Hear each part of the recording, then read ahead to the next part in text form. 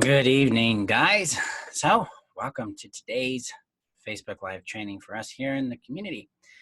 Okay, so yesterday we talked about the 5 things that tell us we're in a fantasy, specifically a codependent fantasy. Now, I want to review those, so I'm going to bring that up here again for us. Are you in a codependent fantasy? Boop. That's not the one. That's the one. Yay! Okay. So, yesterday I spoke a fair bit on this, so check out that training. Just go to videos and you'll see all the videos that I've ever done here uploaded here. So, by the way, guys, that's an excellent resource. I also have the YouTube channel. You go to tv.freeyourself.com. Everything I've done since I got on YouTube in 2015 is there, so you can watch some really old and entertaining videos, or you can stay with the modern ones. But all right. So there are 5 things that basically told us that we're dealing with, that we're living in a codependent fantasy. Number 1, are you actively excusing bad behavior? Number 2, do you idolize or idealize the other individual? Do you believe? Number 3 is, do you believe that your love can heal them or that you can fix or change them? Number 4, do you devalue or shame yourself? And number 5, are you hooked on the love bombing? Okay. These are the signals that you're dealing with codependent fantasy. You're coming at your relationship, your life, and yourself from a fantasy. You're not actually connected to what's really going on. So today, we're going to talk about how on earth we get out of this experience. What do we do to heal or break free or end the fantasy? Now, a little star, a little asterisk here. This isn't an easy thing. This is a scary thing. This is something that can honestly intimidate us. It can scare the shit out of us, to be crass. It's not a simple experience. Having done it myself, especially in orientation to my parents, it was earth-shattering. I lost my center of gravity. I didn't know what to do. And that was mostly because I didn't know where to go next. Okay, so we end the fantasy, and what do we do now, right? And that's usually what's the biggest and scariest and most daunting element of this journey, is what comes after it. What's out in that unknown. And because of our experience, the traumatic and neglectful experience we've been dealing with, whether it's been from caretaking or from abuse or neglect or anything like that, our brain only knows what it knows, right? So what it does is it goes into the past and writes the future with that past and says, it's going to be scary. Ah! And so it's natural to have a lot of apprehension there. It's normal, okay? So I want you to know that, and I want you to know you're not alone in this journey, that this is an experience that isn't abnormal. It's actually more common than you think it is. And that being here in the community, you can see that other people are going through it too. I've done it myself. Mine taught me these principles that helped me create the systems that many of you are participating in, and that the wisdom that you get in the group and the progress you're seeing in your life comes partly from my own experience, and then obviously training, but most of all your action in putting it into effect in your life. All right, so let's talk about these 5 things. Thing number 1, rather. We got to get sober and accept what they are. We need to get really in tune with what's actually happening. We need to acknowledge when they gaslight us, their verbal abuse, their habits of not taking care of anything, their laziness in certain things. We need to start accepting and seeing them for what they actually are, and we need to start accepting that we keep choosing it.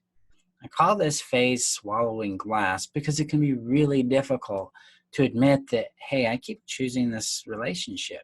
I keep choosing this person or this kind of person. That's a really important thing to understand. We keep choosing this. When we're willing to acknowledge that we keep choosing it, then we'll have the power to actually change it, because acknowledging our choice puts us back in our personal autonomy. It acknowledges that I have a say in this matter now. I'm no longer stuck in helplessness or powerlessness. I can see that if I make a different change, I'll start getting different results, okay? So we need to get sober and acknowledge what this relationship is, who they choose to be, and who we're choosing to be, in order to start breaking down this fantasy. Which leads us to number 2. We need to acknowledge the cost of what we are going through. We need to acknowledge what it's costing us emotionally, relationally, like how is this damaging my other relationships, my kids, friends, family, with myself. I need to acknowledge how much anxiety, depression, panic, terror, emptiness, all of that it's costing me. I need to acknowledge how much it's costing me financially. A lot of times we end up footing the bill for them in some way, right? What is this costing us spiritually? What is it taking from us in our connection to self, life, and others? What is it costing us in the opportunity of our happiness? I mean, if we're at a 1 or a 2 on our happiness index and it's not a 10, 10 being like, oh my God, this is great, I like my life, that's a huge cost there, guys. That's an important thing to get sober about, to really acknowledge what this is taking from you.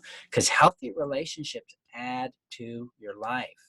They add to your happiness. They add to your enjoyment. They add to 4 specific categories in your life: companionship, intimacy, play, and support. These areas thrive in healthy relationships, and in toxic relationships, these areas become toxified. They become harmful to us and our quality of life, okay? So we need to acknowledge what the cost is so that we can start understanding how our brain is trying to paint a picture that's ideal, but we're running from the real pain that's going on for us. Which leads us to number 3. We need to give responsibility back to them for their life, for their choices, and for their actions. We need to stop protecting them. We need to stop inhibiting consequence. We need to stop justifying things, and we need to stop believing we can fix or heal them. Our love doesn't fix or heal anybody but ourselves. Our love is really designed to expand us and expand our contribution to the world and create meaningful connection. It is not there to heal this broken person. It's not there to rescue them from themselves. They have that responsibility. It has always been their responsibility. It was never actually yours to be responsible for, period. And that takes us to number 4. We need to start respecting and honoring our value, okay? So in narcissistic abuse trauma and codependency, we've been taught that our value is based on what we do. We need to start retrieving our value from performance and honoring our existence. We need to respect the fact we exist and that we are worth knowing, loving, and keeping, both to ourselves and to others. We must come to honor our value. Our value isn't something you're going to be able to prove or point at. It's something you're going to experience being, okay? And this is where the heal process and codependency confidence comes into play, because we shift that value from shame to love, and then we start to see who we really are through that lens, and it changes this entire game, okay? So that's what we need to start doing there. And that brings us to step number 5. We need to heal our internalized loneliness. One of the biggest reasons we tolerate toxic relationships, or we try to get better so that they will stop being a bad person or stop behaving in the toxic way they do, is so that we can avoid the internal loneliness that keeps us choosing these toxic relationships.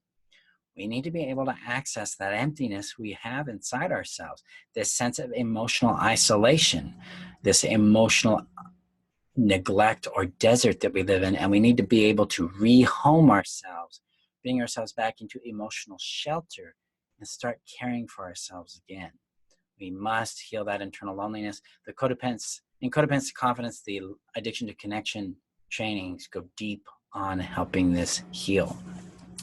So guys, this is the 5 steps that I use to help people break the fantasy, to end that fantasy, get in contact with reality, and start restoring their power back to having their happiness, love, confidence again, so they live from their brilliance. This is how we do it. Now, if you want help with that, you can click on the links above and take my masterclass on how I heal codependency. That's when you'll get an opportunity to enroll in the Codependency Confidence membership. Also, I will be opening the doors for the next iteration of Get Closure Now. That'll start July 9th. So you got a little time there, but get on the wait list so that you can get your seat in that, because again, that's a 20-seat max training. And if you have any other questions, anything about this that matters to you guys, please comment below, like the video, share it, And if you're on YouTube, subscribe and let me know what you guys got out of this video. What did it bring to you? And what other questions do you have? And is there a topic in this you would like me to expand on? So comment below on those things. And guys, I appreciate you being a part of our community, for contributing to each other. And remember that you're worth knowing, loving, and keeping. I will see you guys tomorrow for our live Q&A. And you guys have a great evening. Bye-bye.